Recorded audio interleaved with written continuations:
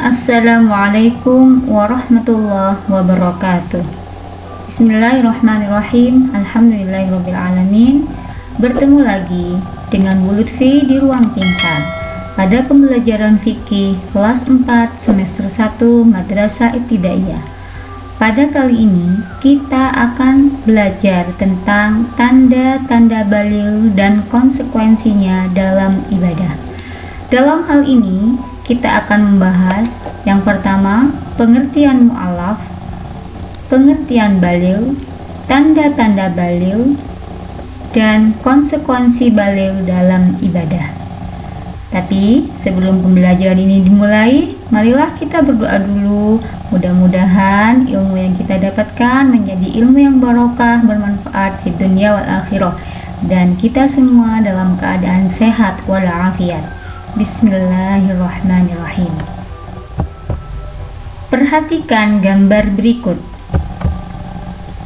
Nah, ini gambar seorang kakak dan juga seorang adik yang baru lahir. Yang kedua, selanjutnya ini juga gambar anak-anak yang sedang melaksanakan manasik haji. Anak-anak ya. Yang ketiga, juga gambar seorang laki-laki dan juga seorang perempuan lucu ceria. Yang keempat, ini juga anak sekolah SD atau MI yang sedang melaksanakan atau berkumpul bersama dalam sebuah kegiatan. Yang terakhir, ini juga ada seorang gambar anak perempuan ceria. Nah, dari gambar ini, apakah anak-anak di dalam gambar ini sudah diwajibkan sholat atau puasa oleh Allah? Bayi dan juga seorang kakaknya, anak laki-laki ini, anak ini juga, anak yang kecil-kecil ini juga, apakah ini semua sudah diwajibkan melaksanakan ibadah sholat atau puasa oleh Allah? Tentunya tidak, karena ini masih anak-anak. Nah, Allah adalah zat yang maha bijaksana. Aturan-aturan agama Islam diatur sedemikian rupa sehingga tidak memberatkan kita umat Islam. Misalnya, dalam aturan ibadah, siapa saja yang wajib melaksanakan ibadah-ibadah itu? Nah, itu semua diatur dengan sangat adil dan sangat detail oleh Allah Subhanahu wa taala. Lalu, siapakah yang wajib menjalankan ibadah seperti puasa dan sholat? Orang-orang yang wajib melaksanakan ibadah tersebut disebut mukallaf. Baiklah, apa itu mukallaf dan apa saja syarat-syaratnya? Mukallaf ialah orang yang wajib melaksanakan kewajiban agama, seperti wajib melaksanakan sholat, wajib melaksanakan haji, wajib melaksanakan puasa, dan sebagainya. Apa saja syarat-syaratnya? Yang pertama, sudah baligh. Yang kedua, berakal sehat, artinya tidak gila. Yang keempat, telah sampai dakwah Islam padanya. Nah, kalau berbicara tentang dakwah saat ini, di mana-mana dakwah Islam sudah sedemikian rupa disajikan oleh para ustadz, para kiai, dan semuanya, baik di media sosial ataupun di mana saja kita berada, ada musola, ada masjid. Jadi dakwah Islam untuk saat ini insya Allah sudah ada di tempat manapun. Yang pertama tentang baligh. Nah, hal inilah yang akan kita bahas pada pembelajaran kali ini. Pengertian baligh. Baligh secara bahasa berasal dari kata balaghah yang artinya sampai.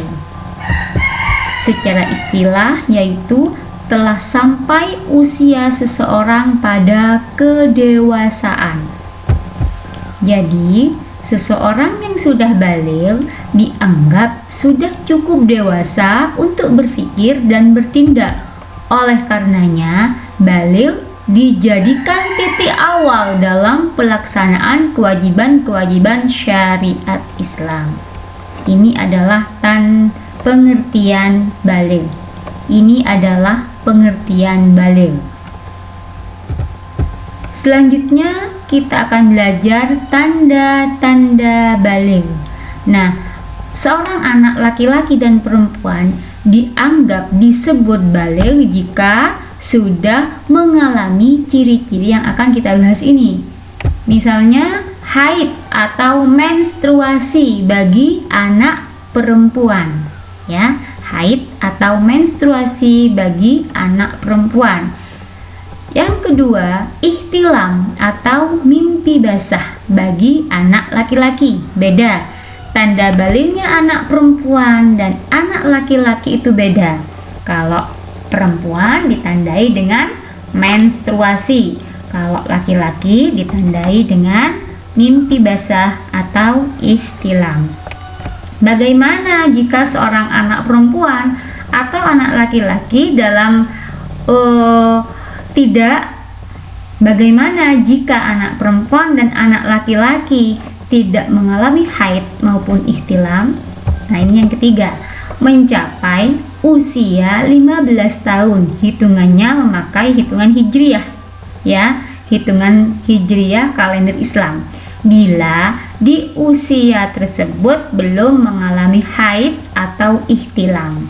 Haid atau ihtilam ini biasanya dialami oleh anak laki-laki ataupun perempuan dimulai usia 9 tahun sampai 15 tahun. Paling minim usianya adalah 9 tahun. Paling besar adalah usianya 15 tahun. Jika pada usia 15 tahun ini tidak mengalami haid atau ihtilam, maka anak tersebut sudah disebut baligh karena sudah mencapai usia 15 tahun. Nah, tentang bagaimana pengertian haid, pengertian ihtilam, dan juga kapan waktu haid dan bagaimana juga ihtilam, ini akan kita bahas pada pertemuan berikutnya. Konsekuensi baligh dalam ibadah. Apa sih konsekuensinya setelah seorang anak laki-laki atau perempuan itu sudah mencapai usia baligh? Konsekuensinya adalah anak yang sudah baligh memiliki konsekuensi ibadah yang harus dijalankan. Artinya, dia sudah wajib memiliki kewajiban sendiri terhadap ibadah-ibadah yang sudah disyariatkan oleh Allah. Dalam hal ini, dosa dan pahala sudah menjadi tanggungan anak tersebut. Konsekuensi yang dimaksud adalah mengerjakan ibadah wajib. Ibadah wajib ya, artinya jika melaksanakan sholat misalnya, dia akan mendapatkan pahala. Jika meninggalkan sholat, dia sudah mendapatkan dosa. Beda dengan seorang anak yang belum baligh, misalnya anak yang masih usia 7 tahun atau anak TK atau adik bayi. Nah, ini belum dibebankan suatu hukum padanya, baik itu dosa atau pahala. Tetapi walaupun anak kecil kelas 1, kelas 2 misalnya, ini harus sudah membiasakan, harus melatih diri untuk melaksanakan ibadah-ibadah wajib lainnya. Kenapa? Ketika dia sudah akil baligh, sudah sampai usia baligh, dia sudah terbiasa sehingga tidak seperti beban melaksanakan ibadah-ibadah wajib kepada Allah. Jadi diingat, anak yang sudah mencapai usia baligh itu sudah dikenai beban hukum.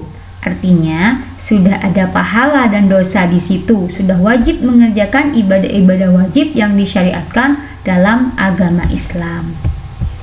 Contoh apa ibadah wajib? Sholat, puasa Ramadan, berhaji ke Baitullah. Nah, misalnya tidak sholat, dia dapat dosa. Misalnya sholat, dia akan mendapat pahala. Begitu juga dengan puasa Ramadan. Anak yang sudah baligh, kalau puasa dapat pahala, kalau tidak puasa akan mendapat dosa. Demikian juga berhaji ke Baitullah. Bagaimana jika misalnya sholat, puasa, dan berhaji ke Baitullah ini dilakukan anak yang belum baligh akan mendapat pahala juga, tetapi jika misalnya tidak sholat, ini tidak akan dikenai dosa. Itu saja pembahasan pada kali ini. Semoga bermanfaat tentang tanda-tanda baligh dan konsekuensinya dalam ibadah. Nah, insya Allah akan ada part 2, bagian 2 yang mana akan menjelaskan tentang tanda baligh bagi perempuan, bagaimana pengertian haid dan juga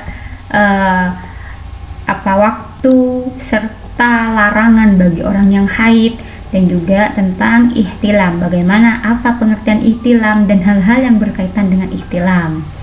Demikian dari saya. Terima kasih. Wassalamualaikum warahmatullahi wabarakatuh.